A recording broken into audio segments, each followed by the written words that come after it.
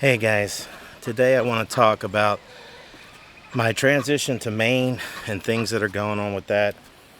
I want to talk a lot about some of the costs that I've incurred, some of the things that I had to do just to start the process to get there. And I also want to talk a little bit about I think some of you think that I have already made the move to Maine, and I haven't. I'm still in Maryland. I'm moving to Maine, and hopefully that's going to happen in the next 3 to 4 months. So that's why you see videos from two different locations. So I just wanted to clear that up. So I do want to talk a lot about cost today, and if you guys could come along, I'd appreciate it. So I decided to get rid of these things here. The squirrels were eating the heck out of them, and then water would get in there, and then eventually you'd get mold, so I can't have that. So I bought these new metal ones. It was recommended to leave this stuff in the bag because this is galvanized, so I just leave it in there, and now nothing can get in there. So these are going, chucking them. They're just squirrels are eating the heck out of them. So this is 2.0. Hopefully this will work and be a lot more stronger than this stuff. So some of you have been with me since my channel started, my Backyard Chicken channel started. And I can't believe in July it'll be 2 years.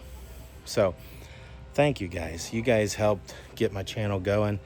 But I do know my channel is kind of moving in a new direction. I'm always going to have my chickens in my hands, always going to have them. They'll always be a part of my channel, but I'm also looking into homesteading and being off-grid. So that's why I went out and I purchased the land and purchased some of the other things that I needed. Like, I finally realized I had to have a truck, so I got a truck. I needed a little 7x12 trailer so I could move stuff around up in Maine. These are kind of some things that I felt that I needed, that other homesteaders had, other off-grid people had, and I saved up and I bought them. So those are a couple of things that I had. So yeah, I see my page transitioning, and with that, I think that I need to find a new name, because Backyard Chickens isn't quite making it, it's not exactly all that I'm doing now. So it's part of my page, and moving to Maine is part, and the eventual getting in a cabin and getting all that ready to be livable, that's going to be part of my page, and different things. So I'm hoping to add just a ton more things, fishing and hunting and going out to beautiful lakes and streams and just doing some fishing and just kind of being there. So that's kind of where I am right now. So for those of you who started out with me, thank you. Those of you who are new, I appreciate you guys a lot. So one of the things I got to get done today is update my nesting pad. Not update, but put new nesting pads in there. And I got some diatomaceous earth that I want to put down under the pads. Right now, the mites are starting to come out. The bugs are already out here in Maryland. We already got our black flies everywhere, so I'm going to have to get fly traps for that. But I want to get these updated because it's been probably a month or month and a half since I put a new nesting pad in there. Like I said, I'm going to change these pads. They get kind of dirty. I got to move these eggs out of the way. This is a fake one. And these 3 are real eggs. Yeah, so I'll get this pad out of here. And I'm going to put diatomaceous earth underneath that, because it's just a mess. Oop, got another egg here. Alright. They come out pretty easy. You can see some other DEs already under there, so get that out of there. A little bit of poo out of here. Grabbing it will never hurt you. So what I do is I just put a little bit more DE in there and just try to sprinkle it all around in there. I don't think there's any rhyme or reason, but it'll help reduce the mites and things like that. So it gets on their skin and causes havoc. So these pads are pretty nice. So I like them. I really do. Let's see if I can get this open. Here's my... There we go. So there, that's it. They will fluff them all up and make them look good. Again, so that they can nest on them. I'll put these eggs back in here. Yep, oops. That one may have cracked. But yeah, let's put them back in there. And they will come and do what they do with them. So I'll get these other two done, and then I'll be hopefully done for that chore today. So all the new pads are in now. I put DE in here pretty liberally, and I also put it on where they roost. So help keep the mites down. And thankfully, I haven't seen any in several years, so hopefully that'll stay that way. But just another thing I had to get done today. So, but yeah, if you're not using these, I recommend it. I like them. So one of the biggest questions I get is cost, and I can only tell you what things cost me, and then I can move on from there. Right now, my land it's about 47 acres. I put a bid on it at $65,000 and it was accepted. I'm seeing other land that's a little smaller, still around that price, 69 and up. So that's kind of about what 45 to 50 acres is going to cost you, about 65 to 69,000. So that's one of the things you got to budget for. Whether or not you're going to save all that, or whether or not you're going to take that out of your equity of your home, like I did. So I took it out of the equity of my home, and I'm paying that back. And then eventually when I move, I'll pay that off, so my land is fully paid off. The other thing that I saved up for was for the cabin itself. And I wasn't exactly sure how much the cabin was going to be, but I knew that I needed to pay all my debt down, and I did.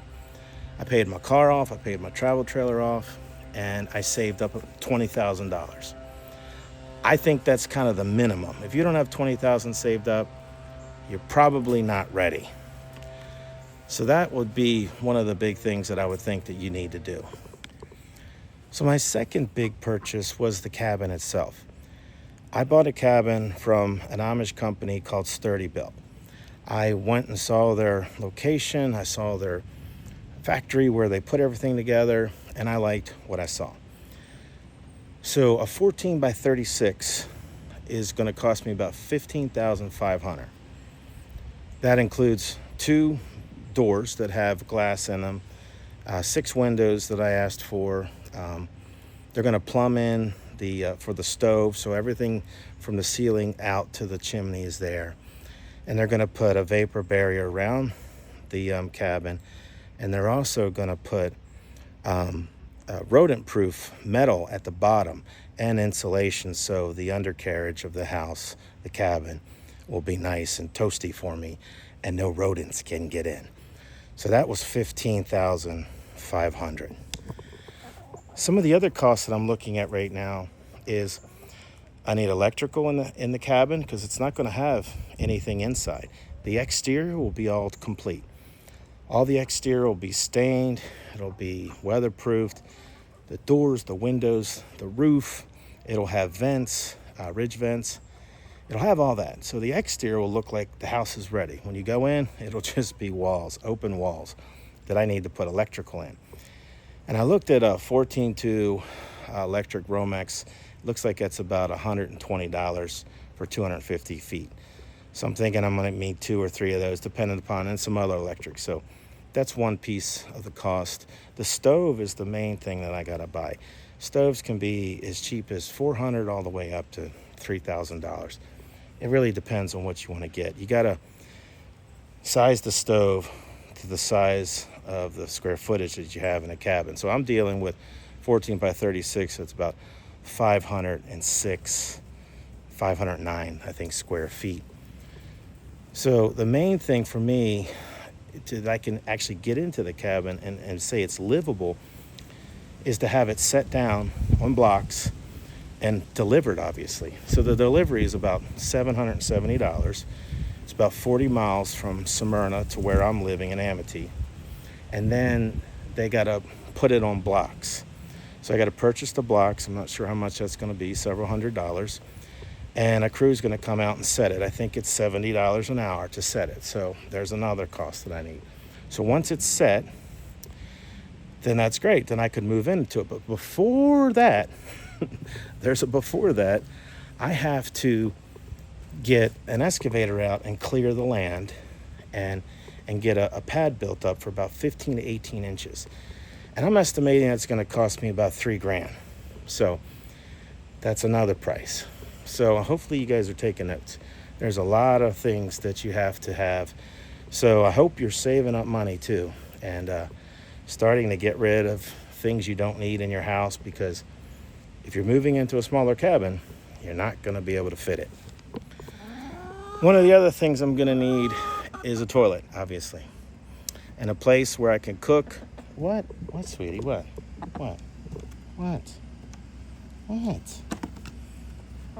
I know. You always want to be in a video. Always. Say hi. Say hi. A toilet. So the main thing for me, if I before I can even put my house on the market, I had to buy the land, I had to buy the cabin and make sure that's built. I got to get the excavation work done, and I got to get a stove in. So once I get those 4 things done, then I have something that I can actually live in. And then I got to do all the other work. So secondary thing and important is I need a place to cook, because I got to eat, and I need a place to use the bathroom. So some of the composting toilets are $1,000, $1,100. So I'm going back and forth on what I want for that. That's a lot of money for a toilet. I'm trying to just get the basics of what I need. Once I can get into the house and I can put my furniture in there, I can see what I can keep and what I can't keep. I'm trying to downsize now. I just went to the dump today and got rid of 4 other things that I just didn't need and I couldn't get rid of to anybody. They were just not worth keeping. So that's one of the other big things I'm doing right now, just to get myself ready so that I don't have a house full of stuff that I got to put in storage or build another shed on my property to stick it in.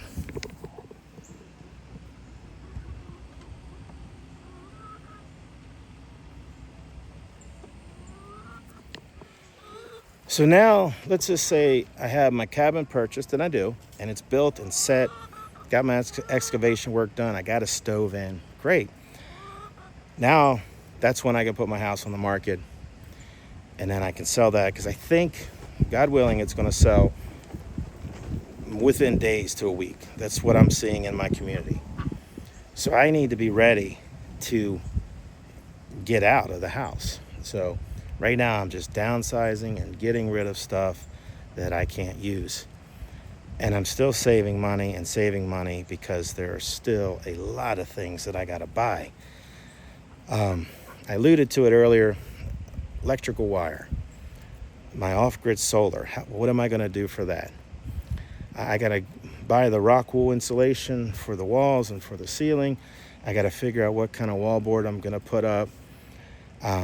And if it's going to be like a pine or maple tongue and groove, am I going to put T111 on the wall? Something. I got to put something on the wall to encapsulate the insulation. I'm going to have to put some flooring down. I'm going to have to do some framing in there for the bedroom and for closets and for the bathroom. There's just a lot of things. So I'm not even thinking that far. Right now, I don't know why I'm pointing to my eyes. Right now, the only thing I'm thinking about is getting the excavation work done so that sometime in June, they can put that cabin on the land. And I'm going to take you through all these things that I'm going through. And if you guys have questions, just let me know.